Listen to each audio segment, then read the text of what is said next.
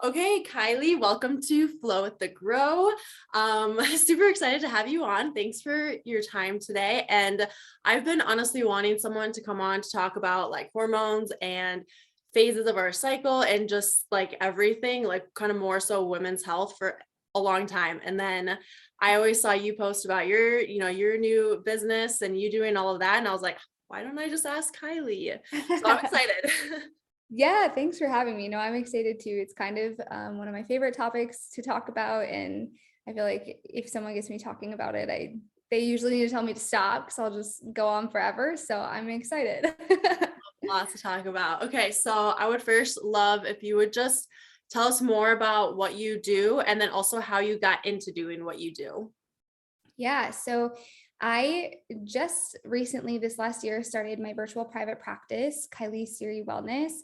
And with my practice, I help women balance their hormones and optimize their fertility through nutrition, movement, and lifestyle. So usually what I do is I work with the women to help them identify the root cause of whatever their symptoms currently are, and then use more of a functional and integrative approach along with specific supplementation to help support their healing and meet their needs. So it's kind of something that I fell into because it was something that I was going through myself, which I feel like kind of happens with a lot of people. If we're going through it ourselves, then we have more of a passion to help others as well. So it was always studying nutrition, and it was this last year that I finished my master's in nutrition and dietetics, and then took my credentialing exam and became a registered dietitian. But it wasn't really until I think it was like this time kind of last year, maybe a year and a half ago now, that I was really dealing with quite a few symptoms myself. So I had lots of brain fog, my hair was falling out, fatigue. I thought I had copper toxicity. I don't know. I just was dealing with a whole bunch of symptoms. And then I was connected with a functional and integrative dietitian. And then I worked with her and did some functional tests, and I just kind of was introduced to more of that functional and integrative world through that. And then, implemented the protocol that she had for me. And it was just really crazy how much better I felt. And maybe how much different it was from more of the conventional approach to maybe what someone would be doing if they were having those symptoms. And so kind of after experiencing all of that, I knew that I wanted to dive into that world a little bit more and help women in the way that this dietitian helped me.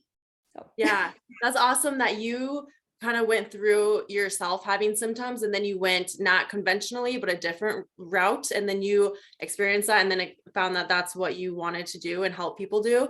And this question came to mind. What is the difference between conventional versus the functional dietitian, have you found?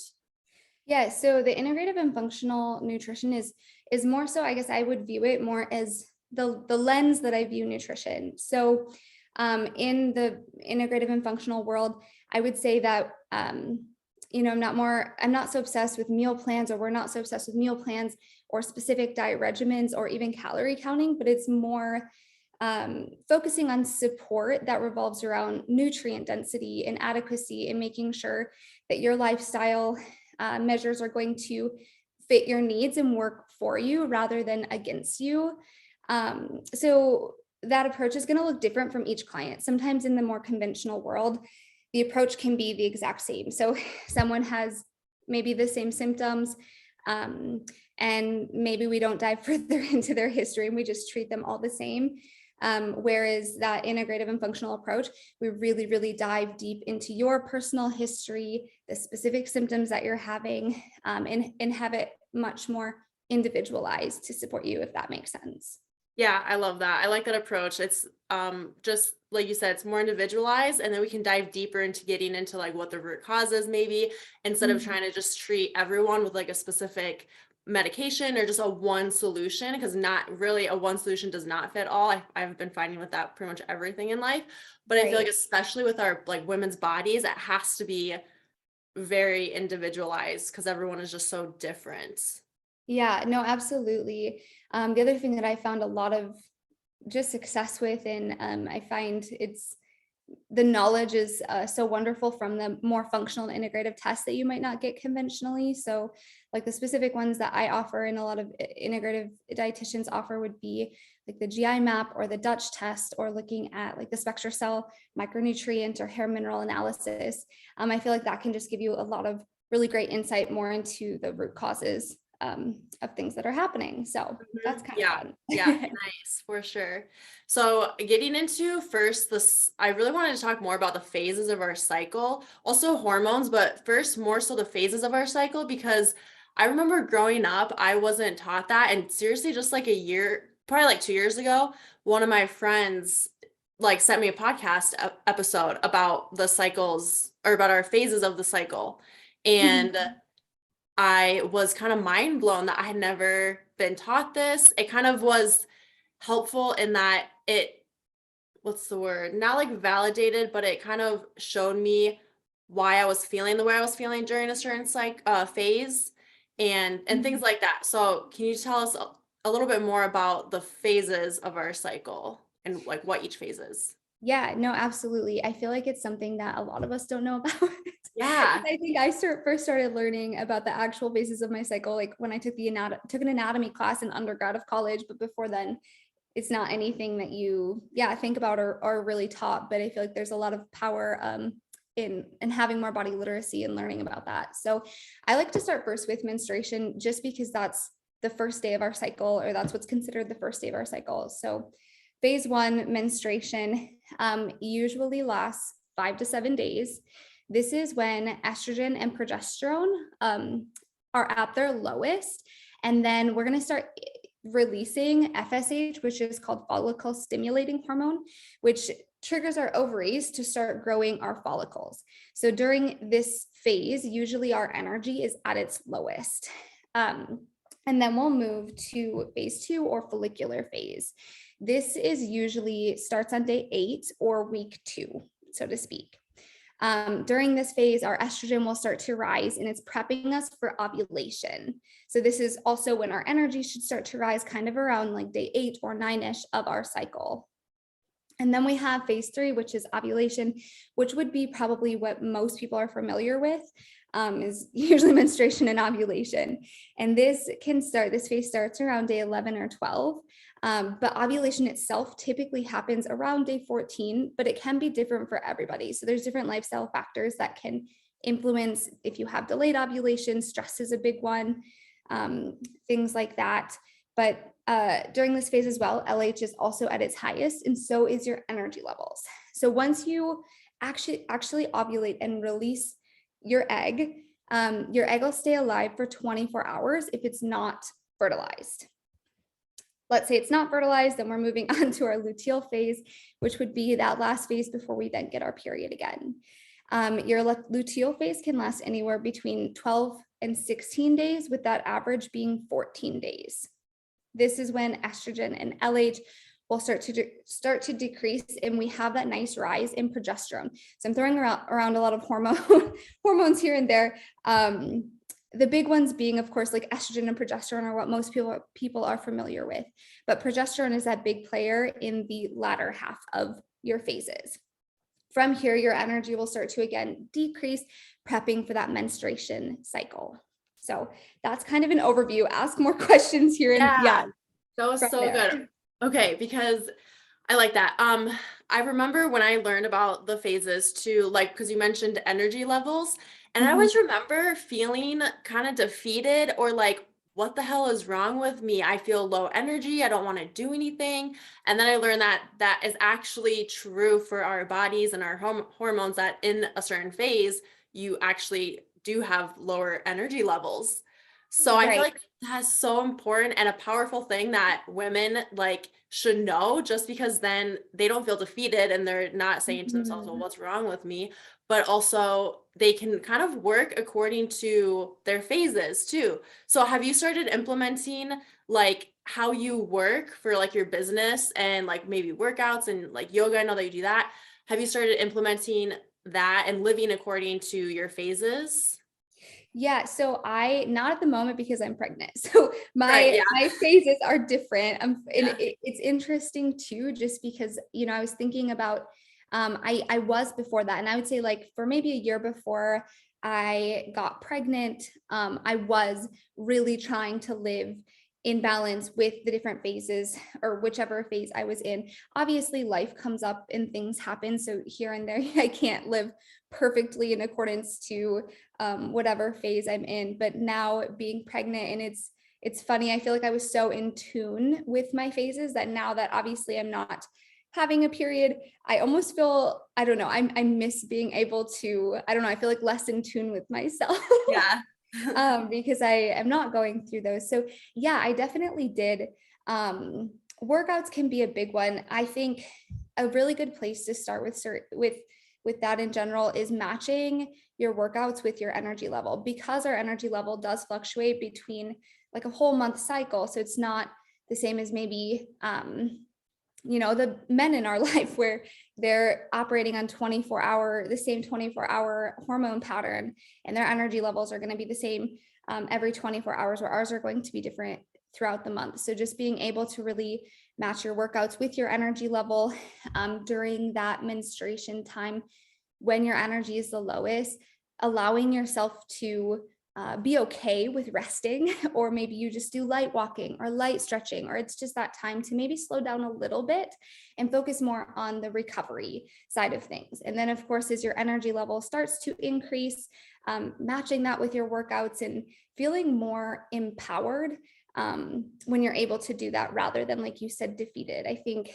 that's kind of a good mindset switch to let your fluctuating energy levels make you feel more empowered during those times, if that makes sense. Yes, it does. And I remember when I started to learn more about that and becoming more in tune with how my body is feeling in that day, and maybe it's like before my period or I'm in that phase where I have lower energy, thinking more about the fact that I'm in this phase where I feel lower energy, and consciously being in tune with that. So then it does empower me to say it's okay to slow down, it's okay to relax, because before it's like, oh, well, I don't feel like I feel lower energy. I don't really want to do this high intensity workout, but I know I should, but I don't feel like it. So it's like once you have connected in your brain, like it's a phase, and connecting and being in tune with how your body does feel, it totally is a mindset shift, and it helps to make better decisions, maybe not better decisions, but more aware decisions for how your body feels. Yeah, no, it just lets you live more in alignment with your nature. And yeah, like you said, not being so stressed if maybe that HIIT workout isn't as supportive today or doesn't feel good. A big thing for me was switching my mindset to just prioritizing movement in general, rather than having maybe a strict exercise regimen of like, I have to do this HIIT workout today, but rather let's just prioritize getting in some form of movement. And that is going to look different from day to day based on my energy levels.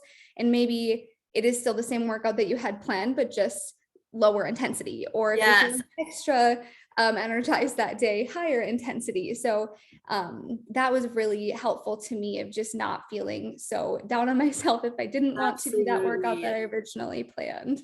Yes. What about foods? Like, is there different food groups that would help optimize our phases? Yeah, so there are, and I'm going to be 100% honest, I haven't had the time to look into this part of it as much, Okay. so I don't want to speak as fully to that, Yeah. and definitely give any misinformation, but there are different things that you can do for each cycle.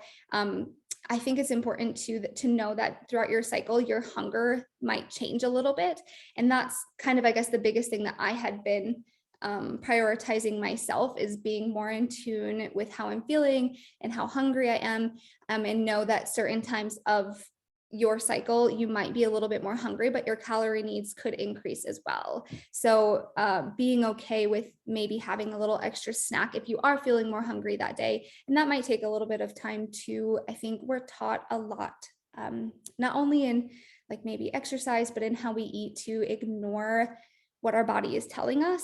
And that can come really into play with nutrition as well. And not actually listening to if our body's saying that we're hungry, or we need a little bit extra calories today. So starting to listen to that a little bit more and know that that might fluctuate as well. I wish I could speak more to that, but yeah, like I said, I haven't had the time to fully look into the specifics of of nutrition for each phase. Yeah.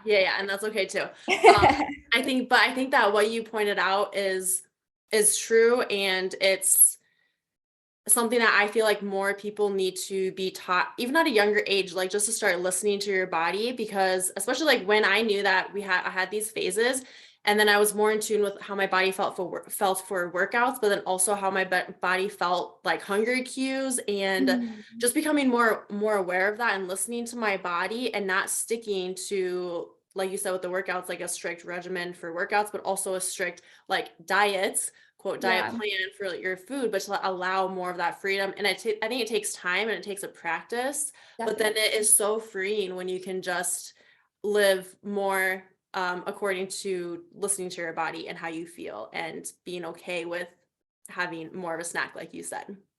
Yeah, no, it definitely does take time, especially I think diet culture is a big culprit of Mhm. telling us to suppress our appetite or, you know, not eat in the morning if we're hungry, but we need to fast, or, there's just so many different things that maybe we have to unlearn. And it does take time, Yes. and you have to give yourself grace and just know that it will come the more that you just practice. Yeah, for sure. What about, so as I've been learning more the past couple of years about like our cycles and stuff, I also have heard other people say that PMS symptoms aren't supposed to be a thing really. Like Mhm. it's like cramps and I'm trying to think of some other specific ones, but I think that it's become common that as a female having a period, we have these massive cramps, or that's like the main one that sticks out to me. Yeah. But I've listened to like different podcast episodes and people talk about how that's kind of become a thing because of the foods that we eat, how, greasy food and foods that are maybe more inflammatory, especially during when we get closer to having our period. So, can you speak more into that? Have you kind of dove into PMS type symptoms and cramps and all of that? Yeah, so usually I like to say that all of those are very common, but shouldn't be normal or shouldn't be as normalized as Yeah. everybody makes it feel. I feel like, yeah, it's so normal to say, oh, I have really horrible cramps, or, but it shouldn't be as normalized. And not only, I mean, of course, it can come from eating more inflammatory foods, and our diet has a huge role in that. Even stress, if we're stressing our body out, whether it's something we can control or not control, that can play a role as well. However, from a hormone standpoint, a lot of those symptoms, like let's say heavy, painful periods that are really, really long, kind of maybe more associated with the PMS, is maybe more indicative of estrogen dominance or an imbalance in like your estrogen progesterone levels. So that's something that would be more that I would be looking at if someone was working with me of, okay, let's, if that's something they want to do more of a functional test to actually see, or there are certain things to see how you're properly detoxifying estrogen. Are you having daily bowel movements? What does the products that you're using look like? If you have a lot of endocrine disruptors that you're using through your makeup, through your cleaning products, through your cooking stuff, that can all play a role in hormone Yeah. disruptions and estrogen dominance, things like that. Yeah. Okay. I'm glad that you mentioned the hormone. So, is endocrine disruptors the same as hormone disruptors? Yes, Okay. yes, yep, Okay. yeah. So I know Yeah. I'll use maybe that interchangeably, but that Okay. same thing, endocrine disruptors. Endocrine is just the system in our body that regulates, produces, works with the hormones. So, Right. Okay.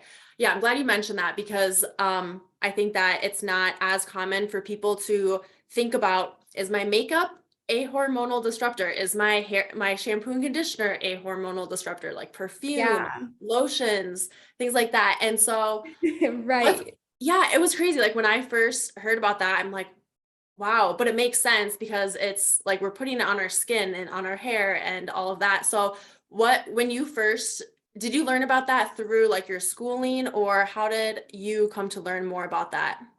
Not at all. um, I mean, my schooling was very conventional nutrition. Of course, we hit on lifestyle stuff, but that I would say is a lot more of the functional and integrative world. Mhm. I don't know exactly maybe when I first started learning about it, but I hit on it a lot heavier or learned a lot more when I worked with a dietitian.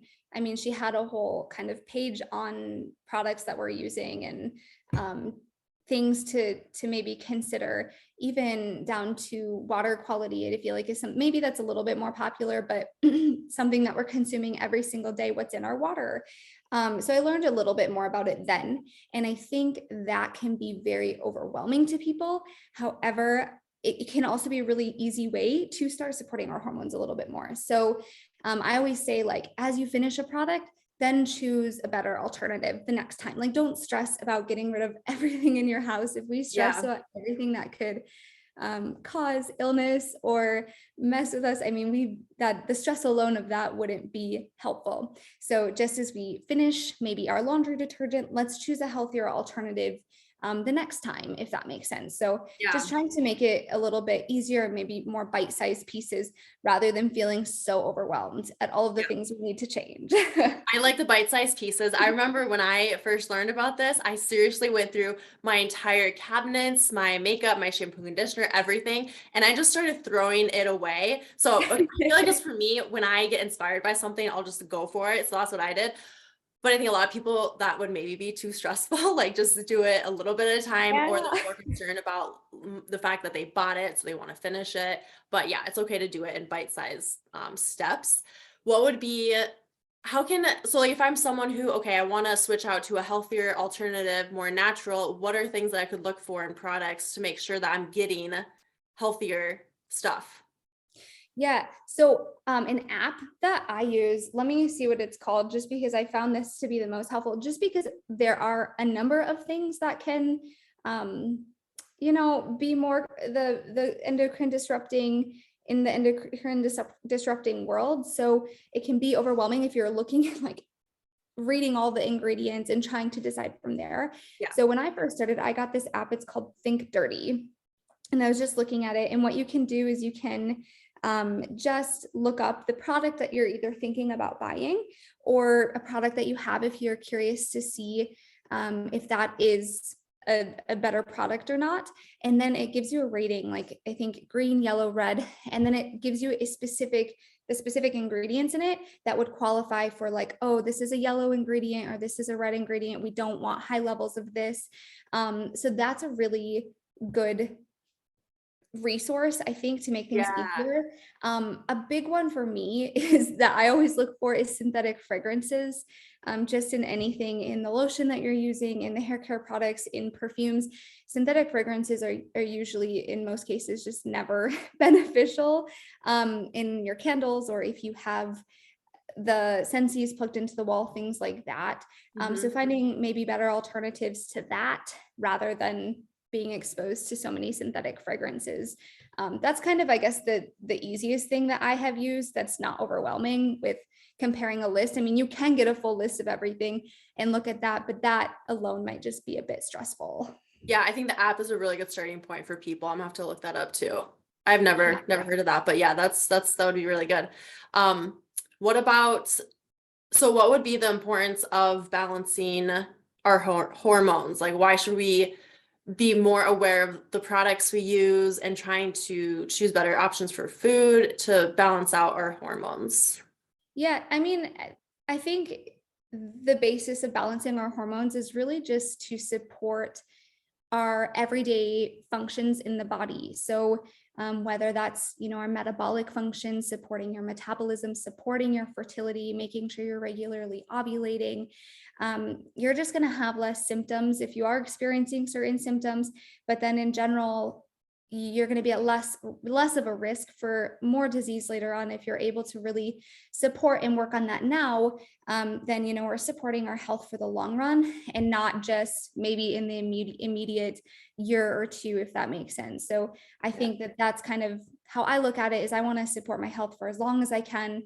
I really want to work on balancing my hormones, supporting my fertility, and keeping myself in that healthy space for as long as I can. Okay. Yep. That makes sense. What would be some symptoms of hormonal imbalances so people can kind of be more aware of that? Yeah, there's a lot. So Yeah, I I think, I mean, bet. of course, it definitely depends. But if you, I mean, I'll kind of list off some common ones. So Okay. Yeah. severe acne or just acne in general, hair loss, period cramps, severe PMS, missing periods, irregular cycles, PCOS, mood swings, irritability, sugar cravings. If you have tender breasts, if you're having sleep issues or you have a low libido or libido issues, maybe weight gain or bloating as well. So those could be, I mean, it's kind of it's not a comprehensive list, but kind of a good starting point. Yeah. Yeah. Yeah. I feel like those are definitely the most common too. You were listing off some and I'm like, yep, check, check, Yeah. check. That's me. Yeah, I feel like most of us can relate to at least a few on there. And I think the other thing to remember too is, let's say, I think it can be easy to think like, oh, we're just going to balance our hormones, or we're going to work this one time and balance our hormones and then we're good forever. But that's not how life works. There's an ebb and flow with everything. And so if we can just work to support where we're at right now, and that might look different in a year. So, the things that you're doing to support your hormones right now might look different next year. Or as we transition, as women, as we, go through menopause, that's going to look different. And so just being open to supporting yourself with where you're at, and know that that's going to ebb and flow and that's going to change. Yes, that's an important thing to point out, I think, is that it is gonna ebb and flow and change. And also then it kind of puts me in the mindset of it's a process and it's a lifelong thing. Yeah. Like it's a lifelong journey. It's not like we're gonna get to the spot where our hormones are completely balanced, but just always supporting them where we're at in our life. Right. Yeah, absolutely. Mhm. Other than the products and maybe food, what would be things contributing to hormonal imbalances? So yes, food products are huge. Others are really foundational things that maybe you would think of in support. Maybe you wouldn't think of in supporting your health, but maybe you would. Sleep, of course, is huge. If you're getting good, high quality sleep, that is going to help support your hormones for sure. Another big one I focus on with clients is your blood sugar balance. So being able to pair carb, fat, protein every time we're eating, and not going through long periods of um, fasting, or maybe lower calorie or lower carb, but actually being able to consume nutrient rich foods and have a good blood sugar or stable blood sugar. So yeah, not having too highs, or going too high or going too low with that. Stress is a big one. So working on lowering the amount of inflammation in the body. Cortisol, which is our stress hormone, which can be released, of course, from normal everyday stressors, but also can be released from foods, or from that maybe more fasting, when you're fasting. So lowering that if we can. And then, yeah, I already hit on the fasting, low calorie, low fat, low carb. So we want to avoid that, just because long term, that's not the most supportive thing we can do for our hormones. And then, yeah, like we said, the products that we're using. So maybe switching out your cookware, your makeup, your hair care, the candles that you use, air sensies, things like that. Yeah. Yeah, that makes sense. So then things like, I guess if you like, once you get a client, do you have them start off with a couple general things that they can start off balancing their hormones? Or I'm sure it looks different for everyone, but what would be if someone's listening, they want to start off balancing their hormones, what could be a couple of things that they could just simply start doing? I know we kind of talked a little bit about, but yeah, what would be a couple? Yeah, no, I'll definitely hit on that again. And I think sometimes, I don't know if it's the pregnancy brain thing, but like I can tend to go off and then maybe miss the point too. So if you need to reel me back No, in. it's been so good. You've hit all the points. I also just like recapping and then like Yes, giving steps. actionable Is good. steps. Yeah. Yeah, no, that makes sense. So I actually have a guide on my website, and I think it was like 5 steps to start balancing or daily steps, things that you can do daily to start balancing your hormones. And so I'll hit on some of those now, but if you want more detail, I know I have that in there. And then I also have some recipe ideas, or food ideas that can help with that as well. But Awesome. we'll hit on, yeah, kind of the same thing. So sleep, getting 7 to 8 hours of high quality sleep. So really evaluating what your sleep looks like right now, if there's things that you can do to improve that or get higher quality sleep. And then a huge one that I always work with clients is balancing your blood sugar. So having a carb, a fat, and a protein every time that you're eating, or at least like a carb and a protein, carb and a fat. And we're not having carbs alone or just protein alone, because both of those can spike our blood sugar. Our bodies can handle that short term, but long term that can cause a lot of stress. So balance your blood sugar is probably one of the biggest ones. Let's mitigate our stressors. So take a good look at what's going on in your life, where your stress is coming from. If some of that you can control, some of it, of course, you're not going to be able to, but try to lessen what is within your control. Some stimulating foods that also cause a little stress on the body would be things like caffeine and alcohol. So that's usually something I hit on with clients, not to say we can't have that, but it's more of how we're consuming it.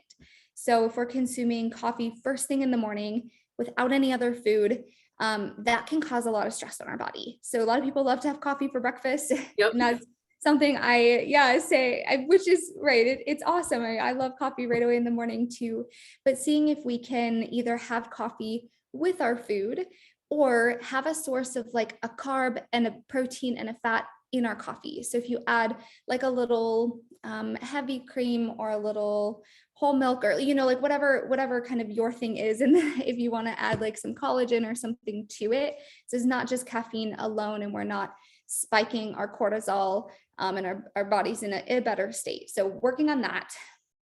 And then you can work to cycle your workouts as well. So that's a really good one. People love cardio, and I get it. I love cardio too, but looking at maybe how much cardio that you're doing, and is it supportive of your hormones, or maybe do we need to take a little bit of a step back and focus on cardio more during that follicular and ovulatory phase. So recap: good sleep, balance your blood sugars, mitigate your stressors, cycle your workouts, lower some of those hormone disruptors that you might be exposed to. Love all of that. Yes. Yeah. Okay, good. That was kind of good. Yeah, no, that was good. That was good. And I'll also definitely put your link. So if anyone right now wants to go check out your website and the guide, it'll be in the show notes so people can check that out. That's a good resource, I think, for people to have. It's a good starting point. It is a good starting point. Yeah. It's just kind of like you said, having more of those actionable steps of things that you can do, because it can become so overwhelming, and you might think, do I need tests, or do I need this or that? But really there's definitely things that you can do on a daily basis just to support your hormones. So yes, definitely. So, okay, let's switch over to birth control and fertility. I know this is kind of a controversial topic, especially the birth control. So just warning everyone listening right now, we're going to be talking about birth control, and you may not agree with some things, but that's okay.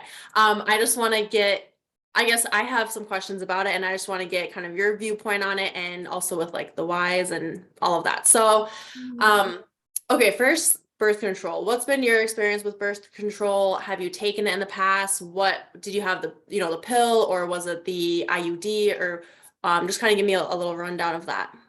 Yeah, I was put on the birth control pill when I was 15, and I was on that from like 15 to maybe 20. I don't quite know the years, but it was a while, 4 or 5 years of that. And then I switched over to the hormonal IUD. I didn't have a ton of symptoms while I was on the pill, but then again, I started it so young. I don't even know, I don't even really remember. I don't really remember, or I had a lot of other things going on at that time in my life that I probably wouldn't have noticed. And so then I switched over to the hormonal IUD. I think I had the Mirena for a little bit.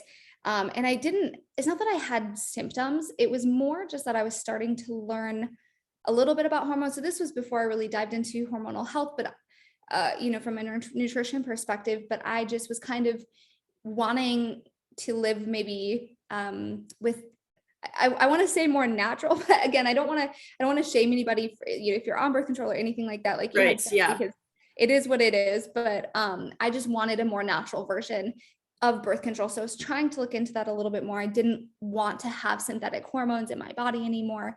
So I started learning about the fertility awareness method. I wasn't ready to start that at that time. And so I got the copper IUD, which is the non-hormonal IUD. That's made of copper. And with that, I had horrible side effects. So I was having my periods were so heavy, so painful. I remember one time waking up in the middle of the night and having to breathe through a cramp, almost like it was a contraction. Like it was so painful. It was horrible. And I thought that it maybe even had lodged into my uterine wall because of the pain that I was having. And it didn't. That's just some of the side effects of it. And so I did get that taken out. And I was like, we're going to do the fertility awareness method. I think it's really scary because it's not something that we're taught. And I wasn't ready to have a baby, wasn't ready to get pregnant. So it just was scary, but I knew I didn't want to go back on the pill. I didn't want the hormones anymore. And the copper ID did not work for me. So I took the steps to learn the fertility awareness method. And my husband and I did that for probably about 2 years before then now being pregnant. So we successfully did that for 2 years. It does work. It does take more effort for sure. And you do have to learn it. But once you do, I think that there are so many positives to it as well. But that's kind of my story with birth control and where I've been. Yeah, I think that I'm pretty sure I remember when we were talking about birth control and maybe like the IUD and natural ways that I remember I don't even remember where we were exactly, but we were having a conversation about it. And I just remember thinking, holy cow, I did not know about these natural ways without taking a pill or having something in my body. I had no idea because we were not taught that. And one of the reasons why I wanted to have you on too was just to share with people, kind of educate people that yes, there are other options. And it's more of like, like you said, we don't want to shame people if they do have a birth control pill or whatever it is that they're doing, but just to kind of put out there that there are other ways if you're wanting to not, have those things. But I remember I'm pretty sure you were talking about the fertility awareness method that's kind of my first exposure to it was when you were telling me about it. And at that time, just a little bit of backstory about me is when I was taking birth control, one thing was my libido went downhill. Like I had none. I was like, what the hell? Like what's going on? And I didn't even know it was the birth control at the time. I also, after started taking the pill, that was when I started getting massive cramps. I had no idea that they felt that way. Maybe some of it was from the way that I was maybe eating or my food and stuff. But I just remember kind of connecting the fact that I didn't have cramps before the pill. And then after the pill, I started having really bad cramps. And then once I started learning more about the natural ways and things like that, I just decided to go off of it. And then a couple months after, and I know that there's maybe symptoms or things that can happen after you go off the pill and everything, but for me, it was pretty much a smooth transition. And then my libido went through the roof again. So it's crazy. And I haven't been on the pill since or anything, but so that's kind of my backstory with it. And I would love for you to share more about the fertility awareness method and what that is. And also the basal body temp tracking. I don't think that's the same thing, right? That's different. It is the same thing. Oh, it is the same thing. Yep. Okay. Yep. Okay. And yeah, I can definitely hit on that. But yes, just kind of speaking a little bit to your experience, I think that everybody has different side effects and everybody reacts differently. And like I said, I think I was so young when I was on the pill that I didn't notice if it messed with my libido, but that is a huge thing that a lot of people struggle with, or even maybe increase in anxiety and depression, or, people notice a lot of different things when they're on it, or, when they come off of it and whatnot. So I'm sorry you went through that, but I'm glad that things are feeling better now. I think it's great to just bring more awareness that there are more options. I remember when I first told the OB that I was seeing just for my yearly checkups that I wanted to get my IUD taken out and I was going to do fertility awareness method. And it almost even felt that she shamed me for doing that. Like she made me feel bad that I was for sure going to get pregnant if I wasn't on something. And I think that that's a common story for many people, not all. And I'm sure there's OBs and, people out there that are really supportive of that. But I also know that I think it's very common that it's not talked about. And maybe we feel bad or like we're immediately going to get pregnant if we're not on birth control. So it's fun to switch that narrative and teach people that there are other methods if that is what they're looking for. So and just starting off a little bit more with the birth control, I do like to say, obviously, I don't love birth control because of the side effects that it can have on your body. But if it's right for you at the moment and you are fully informed, I think that's my big thing is like, I want you to be informed of what could be happening to your body or what it's doing to your body. So you can either support yourself while you're taking it, and then know, what could happen when you come off of it. And then if that's right for you at the moment, then no shame there whatsoever. We have to do what's right for us wherever we're at in our stage of life. And sometimes, like with the fertility awareness method, it does take a little bit more time to learn it, and it does take more attention to detail. So if you're not there, I understand that, because I wasn't there at a certain point too. But yeah, that being said, people can have different symptoms when they come off of it. So we'll hit on then the fertility awareness method. What the fertility awareness method is, it's a non-toxic, non-hormonal way of tracking your fertility. A big benefit, I think, of it is that it supports regular ovulation. So when we're on the birth control pill or when we have a hormonal IUD, what it does is it suppresses our ovulation. So there's no ovulation actually happening, which that's a natural part of supporting our fertility, right? So that could be contribute to issues when coming off if you have fertility issues, things like that. So that's one of the reasons I love the fertility awareness method, is that it does support regular ovulation, which is great. It is different than the rhythm method. So the rhythm method is like, if you have one of the apps that's just a calendar that says everybody's cycle is 28 days and you ovulate on day 14, and then you're just tracking with that, that isn't specific and that's not individualized to you. Whereas the fertility awareness method uses different things. So that's where it uses your basal body temperature, which you were talking about, your cervical fluid, and then the position of your cervix to determine when you're fertile and when you ovulate.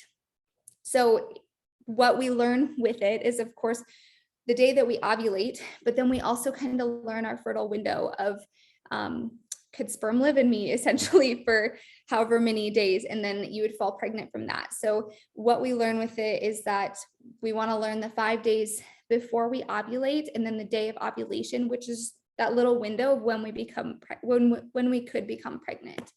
After we ovulate to the time, from ovulation to period, and then a little bit before your fertile window, you cannot fall pregnant after you ovulate. So that's where we use those three measures: the body temperature, your cervical fluid, and the position of your cervix to determine when you're fertile or your fertile window. Yes. Let me know what questions, because I feel like I'm talking really fast and I'm all over the places. No, that was good. That was so good. Yeah.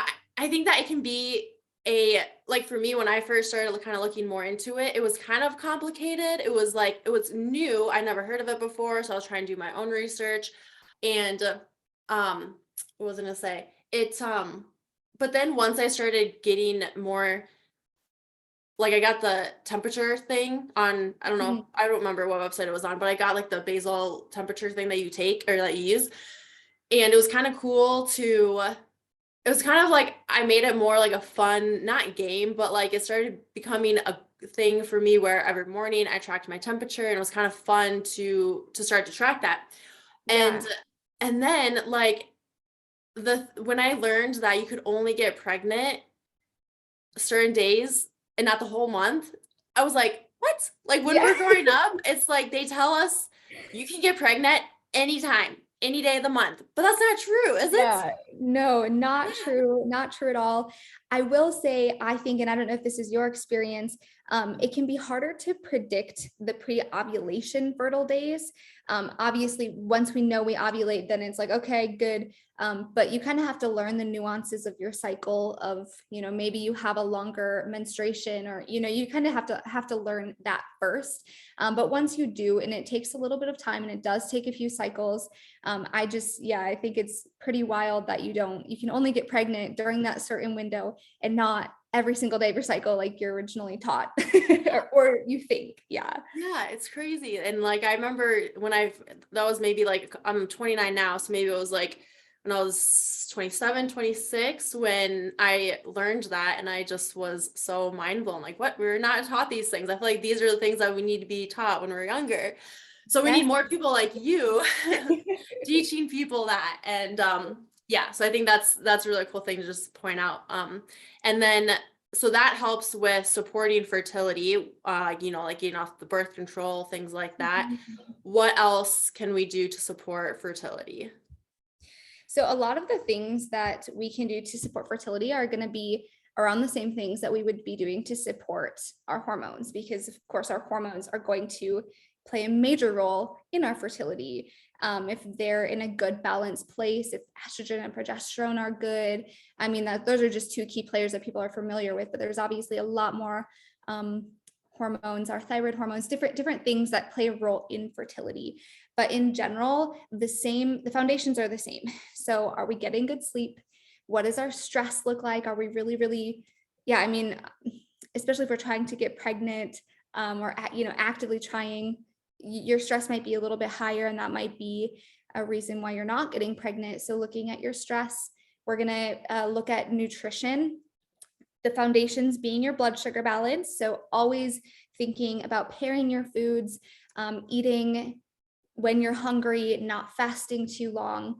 And then more specifically, I mean, you would do this for hormones, but especially if someone was coming to me and they're really looking to get pregnant, or they're just really wanting to support their fertility. I guess I'm saying pregnant, but you don't have to be trying to get pregnant to support your fertility. They're not exclusive. But something I really would focus on would be consuming nourishing foods. So I'm going to dive into a little bit more specifics with animal foods, just because that's a whole nother thing. If we wanted to talk about that, that's whatever. But specific animal foods that are really nourishing and support your fertility, support your hormone health would be eggs, bone broth, beef liver, which sounds kind of crazy, but oysters, and then full fat dairy, or just making sure that we're consuming enough fats is a really, really big one. And then eating enough. I think that's a common thing that maybe as women, we're not eating enough. So that in nutrition. And then daily movement, that's really supportive. Supportive being that key word there. We don't have to be exercising like crazy, doing HIIT workouts every day or running a bunch, but prioritizing movement that's supportive to you and supportive to your energy levels, maybe based on which phase you're in, is really good.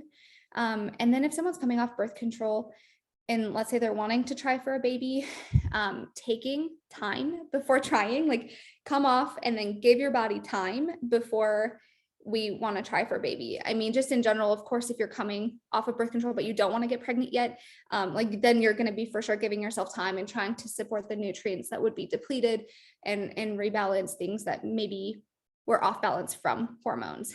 From the birth control, if that makes sense. So if you want me to recap, would be the sleep, stress, balance your blood sugar, consume nourishing foods, daily movement that's supportive, and then taking time, especially if you're coming off birth control, give your body time to find its natural balance again. Yeah, that's something I probably wouldn't have even thought about, is to give your body time to get back to that natural balance. And so balancing hormones and then also helping to support our fertility, they're kind of the same-ish, it sounds like.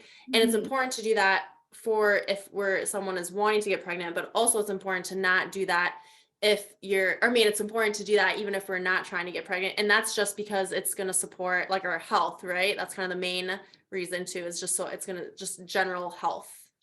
Right. So I know I say that a lot, but just mostly because I also work with women who are like wanting to optimize fertility for pregnancy, but Right. they're not, like I said, they're not exclusive. So supporting our fertility is supporting the health of our hormones. So even if you're not wanting to get pregnant, having a regular ovulation is really healthy for us. That means that we're getting the amount of progesterone that we need. That means we're going to have more symptom-free periods. It's really an indication that our hormones are in a good place. So supporting our fertility is supporting our hormone health. They work hand in hand, whether or not you're trying to get pregnant. Yeah, for sure. Okay. A question came to mind, and this is more of maybe like just a personal question, but I think a lot of other people can relate to this is when currently for me, I still get really bad cramps when I get my period. It's only like the first 2 to 3 days, I would say. And there have been times when I get to the point of where I feel so sick, I feel like I'm gonna throw up. And that only has happened a couple times, but usually every time I get my period, I get super bad cramps. And so is this something that you think is because of maybe the food I'm eating, or is it, I mean, I assume that my hormones are not balanced, or is there another something else that I can do to try and relieve these cramps? Yeah. So, something I guess I don't think I hit on this before, but could be a big contributor to if you're having really bad cramps. Take a look at your caffeine and alcohol intake around your period or close to your period. So especially if someone is having bad cramps, I actually wouldn't even. I would suggest if they're open to it to not have caffeine around this time, to switch more to herbal teas or decaf, because caffeine can definitely play a role in having your heavier cramps. Again, though, usually it would be a symptom that there is something else going on with the heavy, painful periods. It is typically more indicative of an estrogen dominance, like I had said earlier. So it could be, look at how we detox estrogen would be daily bowel movements. Are you able to sweat? Can you sweat really easily? That would be a good detox way that we rid of estrogen. You could also work to support your lymph system. So even you could do like dry brushing, things like that. And then a big one could be your gut health. So this is hard to know unless we do a GI map of actually looking at, okay, what bacteria are in your gut, what good bacteria are present, what bad bacteria are present. Do you have any like parasites, or, there's so many things with that do play a role. So it could be any of those things. It would, if I were to work with you one-on-one, I would hit on the basics that we've already talked about, and take a look at what that looks like for you. So where is your stress coming from? What does your diet look like? Like you said, your diet can play a role. So if you are having a lot more inflammatory foods, especially close to that time, that could play a role in your periods or your cramps being a lot worse. If you have a lot of stress during that time, or you're not able to maybe properly have a way to handle your stress, that could make them be worse too. So we hit on the basics, and then, okay, do we want to look at functional testing? Do we want to look at your gut health and see if there's something going on there? If you really wanted to get more into hormone health and do a Dutch test and actually see where things are at, you could do that too. But in general, let's hit on those basics, and then let's support your detox pathways, which are things that you can already do without doing testing. And then, yeah, I hope that kind of helps. Yeah, that makes sense. And thinking back, it all makes sense because when I think about now recently, the past couple months, around the time of when I get my period, which is usually the end of the month or like the beginning of the new month, I do have a lot of caffeine because I drink coffee pretty much every day. I drink cold brew. And so that would be one thing. And even during my period, I I'll usually will have coffee too, but also I've been having more alcohol consumption lately. And so I think that is also a big contributor. And Mhm. just with all the things I've been doing with a little bit of travel, definitely not eating as nutritious, nutrient dense foods. So I Yes. feel like that's definitely something. And then what would be your thoughts on, because this just came to mind too. So when I have these really bad cramps, I know I definitely need to look at my caffeine and alcohol intake, but I've been taking Midol, and I hate taking anything that's not more like a natural supplement. Do you have any, I guess, any suggestions for things that I could take besides Midol that would help relieve the cramps, other than like focusing on my diet and stuff like that? Yeah. Well, yes. I mean, I don't have in like a pill form of something I can think of to be like, okay, let's help with, let's, do this to help with it. And keep in mind too, if your symptoms are so bad that you need something like that in that moment until maybe you start being able to address more of the root cause of why is this happening, that's okay. And don't ever shame yourself for having to take something, because there's modern medicine is really great. It's here for a reason, and there are times when we need it. And so if you're really, really struggling, I completely understand that. So give yourself a little grace there. But I'm glad you said that. Thank you. Yeah, I think it's easy to always just be like, oh, I should do something else, or like, I shouldn't be doing this, but it's okay if we're just doing the best that we can in the moment. Things that had helped me would be doing, like, I don't know if you've done any warm packs or like heat packs. I found that to be really, really helpful. You could also do red raspberry leaf tea. That helps support a healthy menstruation as well. And so even if you are having your caffeine, maybe have the red raspberry leaf tea later in the day. That can be really, really helpful. The other thing I really would just suggest is if you can lower your stress. So if you, during that time, or like those maybe 2 days that your period is the heaviest, when you typically would do that, see if you can lessen your schedule that day. I would suggest more yoga. I would suggest like a pose that I really love is doing like legs up the wall. So if you sit close to the wall and have your legs up and just really allow yourself to rest, that does play a role. So I know that none of those things are like specific replacements and maybe not what you're looking for, but things that could potentially help. Yes, for sure. I do have a heating pad, and I always use that, and that helps a lot. But I never thought to do, I'm glad you mentioned about like doing the legs up the wall, and then the raspberry red leaf tea. I've never heard of that. So do you just get like at Hy-Vee or Walmart, they just have like boxes of tea packets? Yeah. So I think I got my at Hy-Vee. I can't remember what the brand is. It's like that something traditional, organic. I know that they have a brand because in pregnancy, it's also a really great thing to do that daily. But you can get it just in like a tea packet. Most likely you're going to find it at Hy-Vee, not at Walmart. I've looked at Walmart and I didn't find it there.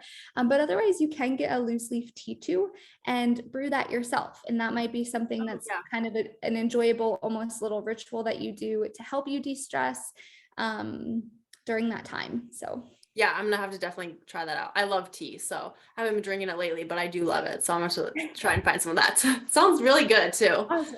Yeah, it is pretty good. I mean, I really enjoy it. I like to add a little bit of cream to it and maybe just a little bit of honey. Yes. Oh yes, I love honey in my tea. So good.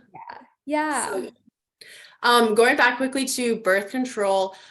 So sometimes I've heard that people go on birth control to help regulate hormones. What's your findings with that? Yeah. I think it's BS. No, I mean, it is what it is. And I get if you're having symptoms and it helps you alleviate those symptoms, that might be what you're thinking is like, oh, it helps me balance my hormones. My symptoms are gone. When really what it's doing is masking your symptoms. Yeah. So if you think of it, if you're taking birth control, this is of course like pill and synthetic, the hormonal birth control. This is separate from copper IUD or like condoms, synthetic. So hormonal birth control. What that is it's of course synthetic hormones, and it stops you from ovulating. That's how it works as birth control. So of course, when we're not ovulating, we don't have any progesterone, or the progesterone that we're having is a synthetic progesterone from the birth control that we're taking. And then when we have our period, and I'm doing like, it's not a real period. What I like to call it is a withdrawal bleed, or, other people call that too, if you're looking into period books or hormone books. But it's really a withdrawal bleed from the hormones that you're having. So it's not the same as a period that would follow regular or being able to ovulate and then have your period. So really it does not give you an indication of where your hormones are at, because it's masking it. You're getting synthetic hormones and you're not able to really see, am I regularly ovulating? How are my periods when I'm not on birth control? So no, it does not regulate your hormones. The opposite, it sounds like. Yes, opposite. Oh my gosh, yeah. And then also another question came to mind about the fertility awareness method. If someone's wanting to kind of dive deeper into that or learn more about it, or even do it themselves, do you have a website or a place that they can go to learn more, or to even like get the temperature thing? Any recommendations with that? Yeah, so there's a few, you can do it completely yourself where you are tracking every day. And like you said, then you'll track your temperature and then make sure to mark when you ovulate, and whatnot. But there's also some really cool products out there that basically do all of it for you. And all you have to do is your temperature, but then it calculates it for you and it gives you like green days, red days. So what I used was natural. It was called Natural Cycles, just because it was the least expensive option. And you just pay for the app on your phone. So you still have, like, you still take the temperature, but then you enter it in and it calculates, it's a green day, you don't have to have sex with protection, or it's a red day, use some other barrier method or abstain from sex that day. If you want more of like a fancy version, there's one called the Daisy. It's Daysy, I think. And that one is a bit more expensive, but you take the temperature and then I think the thermometer tells you red or green. And of course there's an app that goes along with it too, so you can see that, but it just is maybe a little bit quicker. So you don't have to have, more of the fancy ones. You can definitely just get a temperature or a thermometer and do it yourself. There is a book, and let me look really quick. I think I have it right here. Yeah. Okay. It's called Taking Charge of Your Fertility. And that is a huge book. It's definitely a little overwhelming, but that's what I first used when I wanted to learn about it.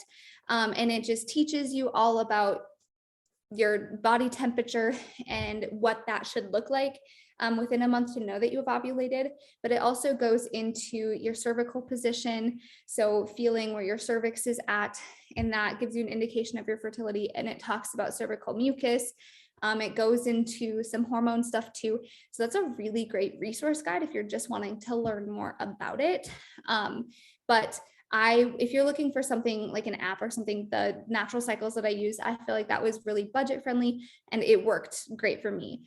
Awesome. The only thing with that is keep in mind, you're going to get more red days until it learns your cycle. And same with when you're just doing it yourself, is obviously, right in your first cycle, you're not going to know all of the different nuances that are specific to you. So give it a little time, give it like three, 4 cycles before it's going to really lower down, or hone in on your fertile window. So that's really, really helpful. Taking charge. So the Taking Charge of Your Fertility book. And then, that's some good courses I'm planning on doing down the road this year. I'm planning to work on some courses, and I want this to be like a course that I do where I can teach this, but also be able to teach more nutrition based on your cycles, and like we had talked a little bit about, and then nutrition to support coming off birth control, or nutrition to support while you're on birth control, if that's what you choose to do too. It's good to know how we can support ourselves if that's the right option for us at the moment. Yeah. Oh, that would be so cool if you did that. Courses for just learning all of that stuff. Yeah. Right. Just like, I find I learn best in kind of like that, if something's presented in that way, and then I have like maybe little handouts, or, I find best with someone teaching me in that way rather than just maybe reading a book or about a book about it or something like that. So that's something that I want to do this year, and hopefully we'll be able to. So yeah. Oh my gosh. Well, let me know I'm sure you'll all see it when you post about it and stuff, but that's exciting. I love that. And then also, so kind of wrapping up with this, is there anything else that you wanted to say about like our phases, cycles, hormones, birth control, fertility, anything else that you wanted to just make sure that people know or are aware of, or anything that we didn't talk about yet? I mean, I feel like we hit a lot on all of this. It's And great. hopefully it wasn't too much information or information overload, but I guess that would kind of maybe be more of my message. And when you start diving into this, it can feel so overwhelming and like, where do I even start? And you know, what do I do to support my hormone health? What do I do to support my periods? But just take it one little bite-sized piece at a time. So if you work on just implementing those foundations that we had talked about, that's a really great place to start. And then you can just start learning about your period. And as you learn something, try it out, see if you want to maybe start with cycling your workouts, and based on where you're at in your cycle, and see how that feels and if that works for you. And don't be afraid to change what you're doing. Maybe what you're doing to support your health now works, but it might not work next year, and be okay with allowing yourself to change based on what you need. I think that was something I needed to hear. When I first started working with that dietitian, I was following a very strict diet that was completely different than what it is now. And it was something that was hard for me to accept, that was no longer supportive of what my body needed. So allow yourself to change and evolve and grow. Flow with the grow, right? Your podcast. Yes. So it's really true. Life is just changing all the time. You're changing all the time, and allow yourself that space to grow. Yes, I love that. And I think it's important to, like, I feel like the theme of the past like year for me, learning different things and just health and fitness and everything, and kind of having some realizations myself about how I train people and coach people. One of the themes has been small steps, and also allowing for change and allowing to change the way that you're doing things, to change your routine. And I think that can be so helpful. And then also kind of validate, like, yeah, I can change what I'm doing. It's okay. And to just empower you to like step into that. Yeah. So, No, I love that. I think that's a great way to just approach everything in life, right? yeah, I think so too. It can bring on more sustainability too, I think, for whatever it is we're trying to work on. Yeah.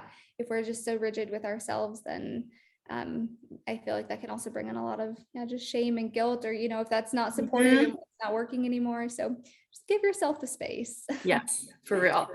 And then my last question is, and you kind of said a little bit of it, I guess, but I like to ask my guests this just because everyone has such a different answer. So my podcast is Flow with the Grow. So when you hear that, what comes to mind for you? When I hear that, what I think is just allowing yourself, again, that space to change based on where you're at, because we're always growing, we're always evolving. Tomorrow might look completely different than today. It most likely is going to, and especially next year is going to look different than today. So just allow ourselves to flow with that and give ourselves the support that we need. It's going to look different from day to day, and that's okay. So I don't know, that's kind of the vibe that I get, the feel that I get from that. Yes. Yeah. I agree with that. Awesome. Well, if someone wanted to learn more about you and your business, or like they want to work with you, or they want to reach out to you, where could someone go for that? So you could go to my website, which is just my name, KylieSerie.com, or I'm usually pretty active here and there on Instagram. We'll see what thing, how that goes, but Kylie Serie Wellness is my Instagram. And those are the two places that you can find me most. But yeah, through my website, you could contact me. I have a little form on there.